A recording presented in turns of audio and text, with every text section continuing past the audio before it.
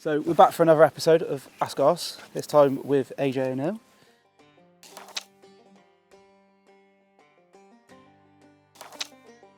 First question for you, AJ, is probably is very obvious to most people in racing, but how did you get into the sport? I suppose I was born into it, really. Yeah. Dad did try and persuade us to explore other avenues. John didn't listen to him sooner than I did, but we both kind of ended up at the same outcome anyway. So yeah, born into it, really. Yeah. When was the first moment that you knew you wanted to be a trainer? I was at Doncaster riding one day, and unfortunately got a fall and brought down Richie McClernon, Yeah. who's a very good pilot and has been very good to us over the years. He's given me plenty of advice on what to do and things when I was riding and things like that, and unfortunately brought him down, and as I got up I asked him if he was okay, and he said he was fine, and I then watched him walk to the ambulance, from the ambulance to the weighing room, and then from the weighing room to his car with his kit bag on, and he then went to A&E the next day and he'd broken his leg in 8 places. Oh God. And I realised that whatever it was, however you describe that as what was required to be a jockey, I probably didn't have Yeah. quite that. So I think from there I definitely knew I didn't want to ride from there. Yeah. Training was something that always was kind of in the back of my mind as something I'd like to do, and it's great to be doing it. Yeah. So your dad is John Joe Senior, who great career as a jockey, even better, some might say, as a trainer as well. What was it like going to racing when you were younger with a dad who was just loved by pretty much most people racing who wanted to get pictures with him? Was it quite surreal as a youngster? I suppose it's largely the same as it is now. If you have a winner, it's a lot better. Yeah. It's great fun, you know. Going racing is something that we've grown up doing and always really enjoyed doing. Yeah. So to be able to keep doing it and kind of do it as a job is great. Yeah. So, and then your brother is John Joe Junior. Yeah. Growing up, was there a bit of a sibling rivalry between the two of you when it came to racing, or was it? I suppose growing up in a kind of sporting household, there's always a fairly strong element of competition. Yeah. I wasn't particularly sporty myself, but nonetheless the kind of want to win was always there. Yeah. It's great to be doing it on the same team now and channeling those efforts towards the same goals. What's it like then, working, first of all, being now on the joint licence with your dad? What's the dynamic like between the two of you when it comes? Does your dad very much still run the show, or is it more of a joint effort? Well, I still have to keep someone happy, so my wages are paid at the end of the month, that's for sure. It is very much a joint effort. Dad is very good at supporting John and I, and we always kind of chat through different ideas. They're certainly not always good ideas, but at least we can kind of chat them through. So we're very lucky we've a great dynamic between all of us, and keeps the show on the road. What's it like when you do have a winner? With the whole family involved, it must be a great feeling. Yeah, it's great. I suppose, any winner is a big boost. Not always easy to get them, but it's a great, very satisfying and very rewarding when we do get a win. So when you were younger and your dad was training, before you got on the licence, AP McCoy was very much, again, synonymous with your dad as his jockey. What was it like growing up around probably racing's biggest superstar, and well, especially jumps racing? It was great. Watching him ride was, as we all know, it was something pretty special to watch, and being able to watch it that bit more was a pleasure, really. Yeah. Yeah, but we still see a good bit of him at the races, and so get to catch up. And then with his partnership with JP McManus, again, and then having the Grand National winner in 2010, Don't Push It. What was it like at that time? Because for AP it had been a long time coming, I feel. And then how much of a relief, or was it a relief for the yard to get that?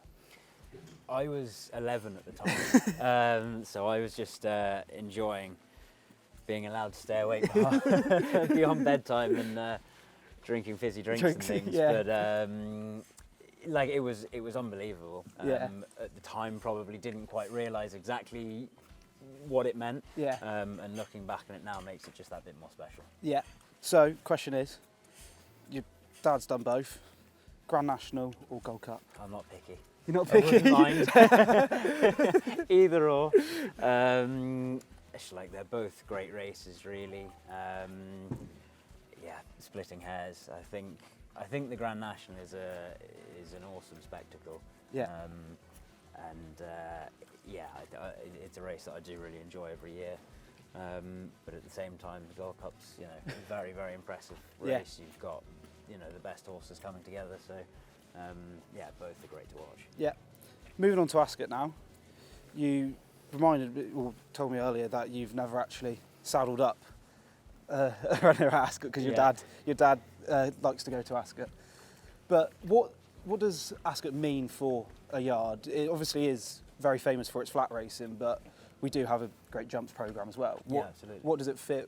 How does it feel when you have a winner and a runner at Ascot? Is it Just to get a runner there is, you know, it's not an easy thing to do. You need a pretty good horse really to be going and being confident. But to have a winner there is very, very special. Yeah. I've never been there whilst I've had a winner there. I've always been at another meeting, but even without being there, you just know how special it is. Yeah. And yeah, it's great to be able to get them when you can. Yeah. So, can you remember, since you've been on the licence, do you know who your first winner was? Willful. Yeah, Ascot. Yeah. It was it was a great race. Yeah. Were you watching it from? I believe the other meet that week was Haydock. I was watching it on the way back from Haydock in the car. Me and Richie McClellan, we were doing a lot of shouting. I mean, I can't imagine what it's like. Is it when you do get that winner? How much of a relief is it for you and for owners, and how much? Because you put so much into getting these horses prepped for those races. Yeah, I suppose Willful specifically, we had a little bit of a quiet period, sort of November to December, just the horses weren't quite right. So to be able to come back from that and to be able to have a winner of that calibre so quickly at a track like Ascot was very important, and a great boost to kind of show that the horses were back in great form and going well. More on the gallops or an afternoon at the racetrack? Surely you can fit both in. You can fit both in. That's the plan. I really enjoy all of the planning and things, getting the horses to the track. You know, it's weeks, months worth of work, but then, you know, to be at the track is that's when hopefully it all pays off. So yeah, always like to go racing. You can have 3 jockeys to invite round to dinner or to ride for your yard. What 3 are you picking? With many dinners already had between myself, John, Richie McClellan and Kevin Brogan, we always have quite a lot of fun, so I think I'll stick to the A team. I mean, that's a pretty good team there. We have good fun anyway, that's for sure. How much do you pick up? Have you picked up? You've mentioned Richie McClellan there quite a bit. How much do you pick up from his knowledge of? Rich is an unbelievable horseman, and there's so many things that you see him doing, you think, geez, you wouldn't even think to do that or wouldn't know how to do it, and you just watch it and it's just great to see. You try and pick up all those sorts of things, but it is difficult to pick up things when someone is so good at something, and like he has such a good understanding of horses. It's very difficult to try and take it all in, so you just take in as much as you can. Yeah. When you're at racing, watching from the parade ring or watching trackside? Trackside. Yeah. Yeah, usually. Usually prefer to watch it trackside. Yeah. The action, the atmosphere, and everything. Yeah, hopefully then you can run back to the parade ring if you need to get in a certain spot. What's your favourite thing about? So you haven't done a training, but as a punter or as just a race goer, what's your favourite thing about going to Ascot? The spectacle, really, and the atmosphere. It's very special. It's very unique. It's just a very special place to be, whether that's with a runner or just as a spectator. It's just just the presence of it is pretty awesome. So yeah, to go there, you're kind of always going to have a good day, really. Yeah. And what's one thing for you that every trainer should do in preparation for running that Ascot? Is there Pray. Pray.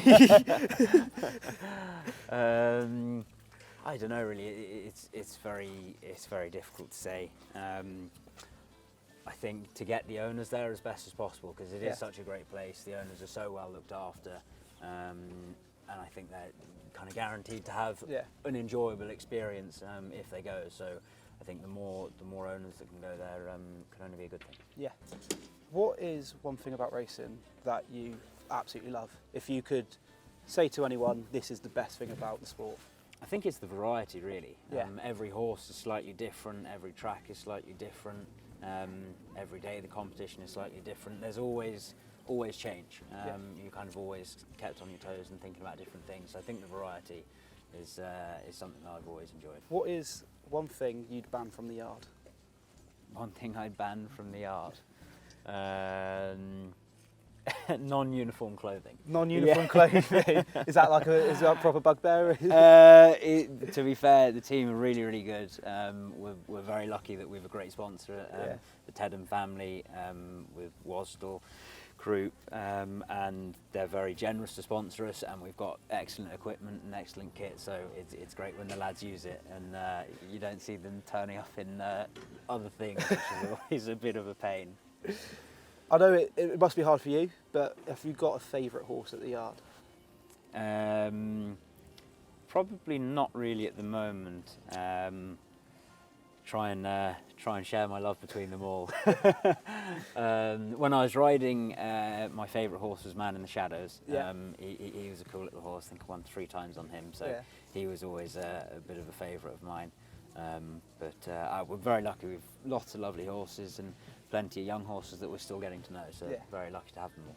And then, so last question for you, AJ, and I hate asking it to the younger trainers because it's so far away in the future, but when you do eventually retire from racing, from being a trainer, how do you want to be remembered? As a winner. As a winner, yeah. It's a strong answer. Yeah. Yeah. You know, that's the main thing, really, isn't it? Trying to get as many winners as possible, and having nice horses and enjoying the ride with great owners and things. Hopefully I'll be remembered as a winner. Brilliant. Thank you, AJ. Thank you very much.